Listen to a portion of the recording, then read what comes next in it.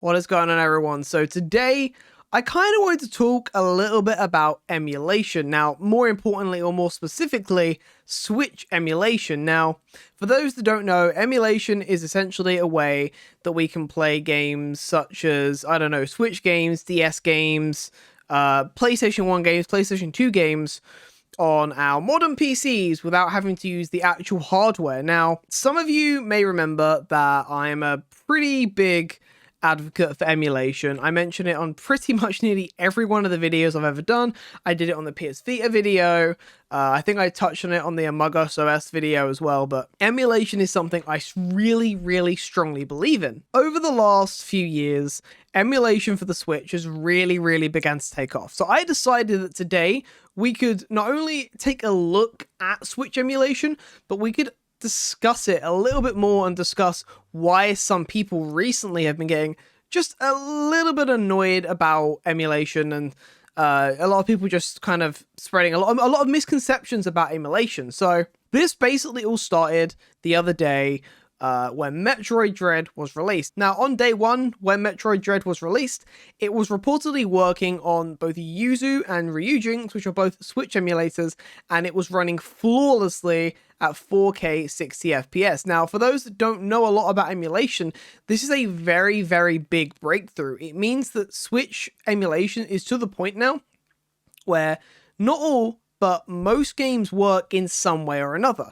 Now, from my own testing, that's the case. A lot of the games that I've tested works, and we're going to be actually testing some of these games for you guys so you can see. But what I've actually noticed is that a lot of games on Yuzu and Ryujinx do work. Now, some work better on Yuzu, some work better on Ryujinx. It just depends to the developers' way and what one developer's managed to get right, what the other developer hasn't, and so on. Now, this kind of caused a bit of a stir in the gaming community because a lot of people have been calling emulation piracy. And I'm just going to be straight up, that's just not true. Emulation in itself is not inherently piracy. Not at all. Now, take Switch, for example, okay? Many people are probably thinking, well, how do you get these ROMs? How do you get access to these files? You can't just put a cartridge into a PC, right? No, you can't. Now, there are many sites out there in the wild which allow you to download these ROMs illegitimately, that are pirated ROMs that someone online has bought the cartridge and they've dumped it from their Switch and they put it online to everyone to download. That is piracy. However, if you go to a store, I don't know, maybe you pick up Zelda Breath of the Wild, you pick up the physical game cartridge, you take it home, that is yours to keep. Now, I'm not going to explain to you how to actually dump games from a Nintendo Switch, because that's an entirely long series way to go. You know, basically, there are some Switches that can be jailbroken to allow homebrew to run onto them, and then from within that homebrew you can dump the games to actually play on an emulator. Now, this is what I've done. All of the gameplay that I'm going to show you guys in this video is actually from my own collection. These are games that I have actually spent, in some case, hours. I'm even dumping games right now as I'm doing this to show you guys. These are all from my own collection, and these are all games that I own and I've taken out the time to dump. I could have just gone online and downloaded them, but I'm not going to do that. Now, when people think of emulation, they typically think of just opening up a program and it playing the games whether you own them or not, because the emulator doesn't know whether or not you own these games. Now, that does not mean that it is inherently piracy. Emulation is a completely different bag to piracy. Emulation typically comes from a group of people, a team of people, or even individuals working on software to try and replicate the hardware of a certain games console. The reason why I believe that emulation is so important is because eventually all hardware dies, whether that be the physical game cartridges themselves or even the consoles.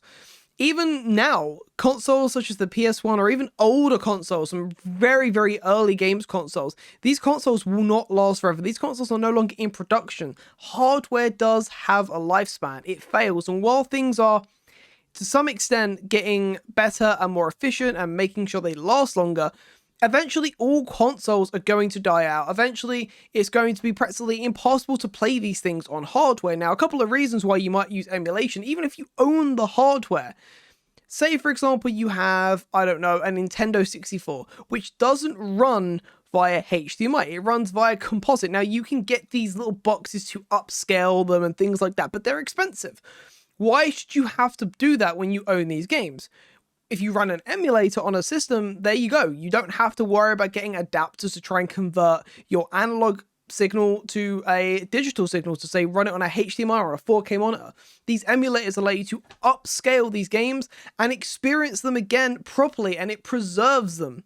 And that brings me on to that. Video game preservation is very, very important. As I said, software and everything like that, over time, these cartridges will die.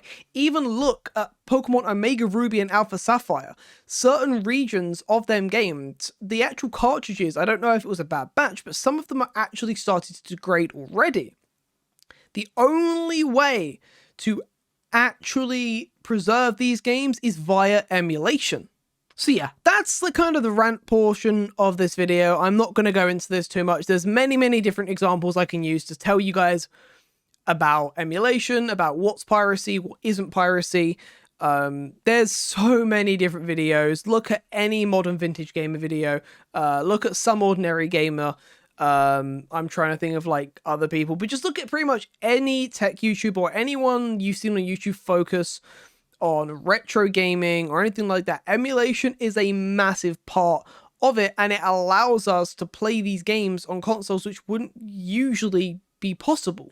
So the plan for the rest of this video is we're just going to take a little look at some of the games I've dumped, and I just want to see how well these games run.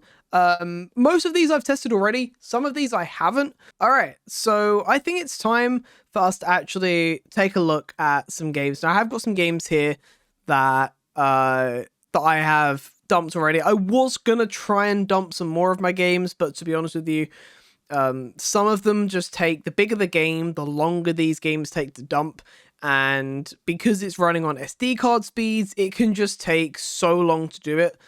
So I've only managed to actually get 4 dumped.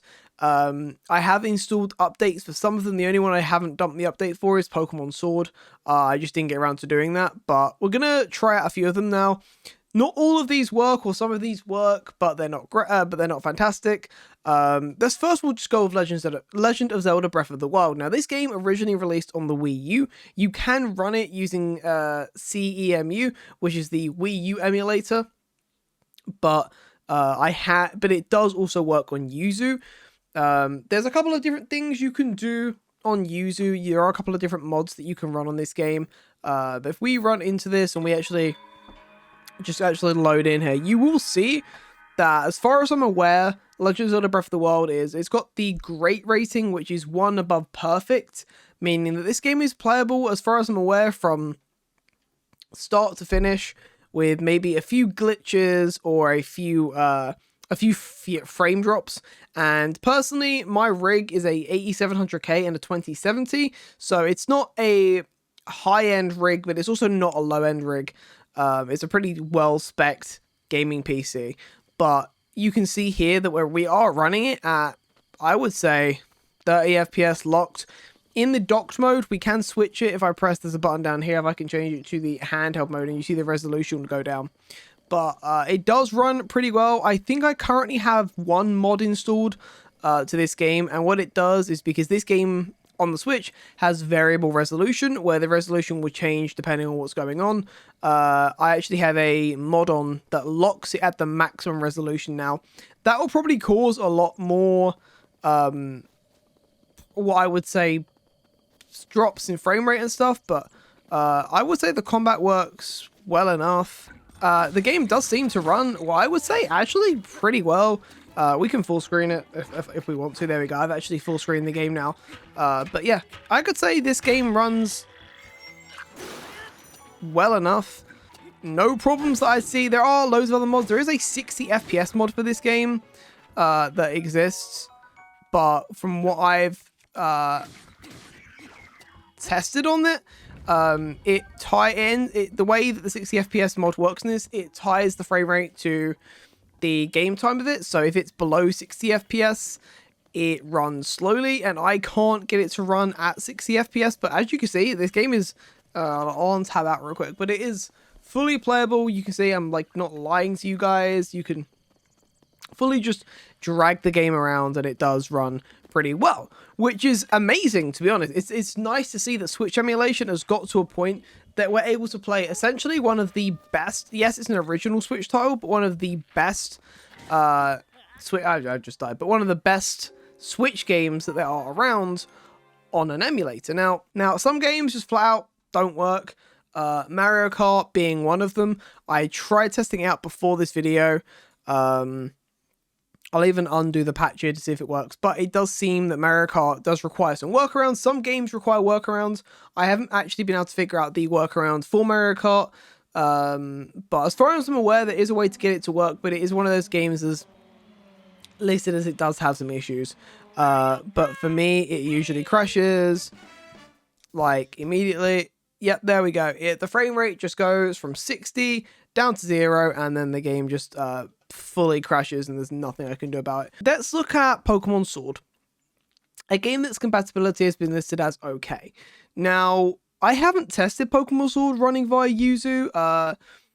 I think the okay on this is a little bit outdated from what I can remember, because I'm pretty sure this game runs from start to finish on Yuzu with pretty no slowdown. But we'll go ahead and make ourselves a profile.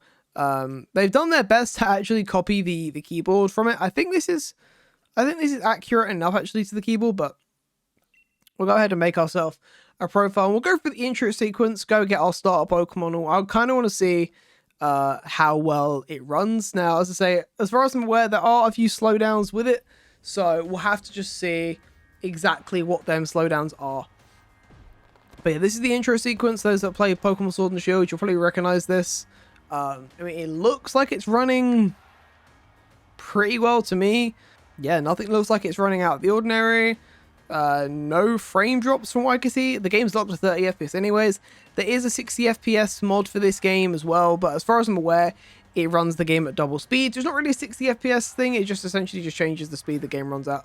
Okay, so now we're at the part where we can roam around. Okay, I mean, so there's a little odd stutter. Yeah, there's definitely like a little odd stutter, but I think it was just building shaders. It does run very well, actually. Let's turn off autosave.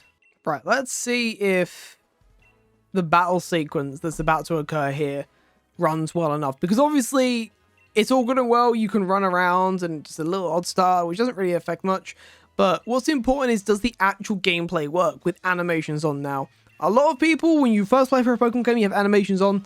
So I'm interested to see how the animations work on this. But, I mean, as to say, it's definitely not perfect. There's definitely, like, the odd stutter. But I'm also running this windowed.